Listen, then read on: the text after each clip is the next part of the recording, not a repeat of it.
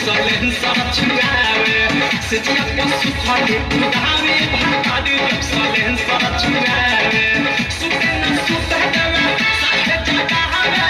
हाथे धरे लागबा देसी हादा हवे भीतर से मन गुदगुदावे भातारी जक्सलेन सब छुआवे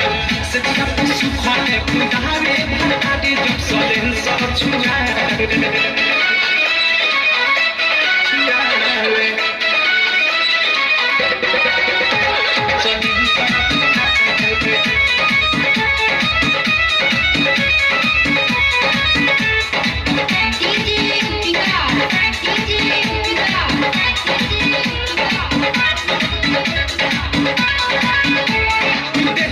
सुहेला खाली मन नाही भादे पलंग पर हम पसद जानी रहते देहिया सुहेला खाली मन नाही भादे पलंग पर हम पसद जानी रहते तोहरे लक्ष्मा चाची मन सन कहा पानी जवानी के ना बुढ़ादा कहा राती के पीरा से मुंगावे भातारी जक्सलेन सब छुआवे से जिया पशु खले कुदावे भातारी जक्सलेन सब छुआवे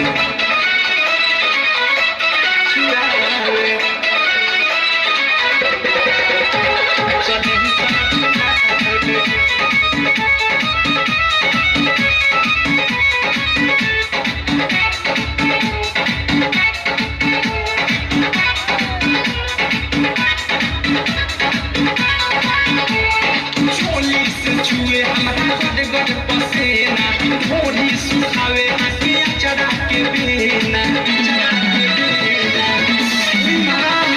चोली से छुए हमरा गड़ पसेना ढोरी सुखावे हटिया चढ़ा के बेना चल चलो ना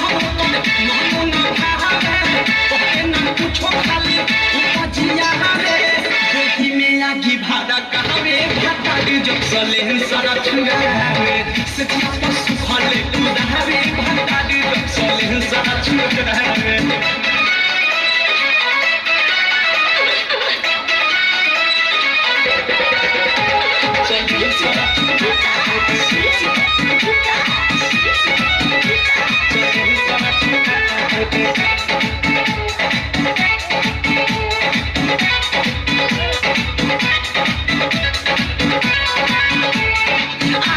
नानी कला के बीकी विशाल हो अवधे सब प्रेमी के सुधरे न चाल हो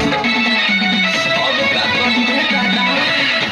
आदत नानी कला के बीकी विशाल हो अवधे सब प्रेमी के सुधरे न चाल हो खिड़की से देखे बड़ू हमके सतावे अंडा गोभी के मोरमा जाके उड़ावे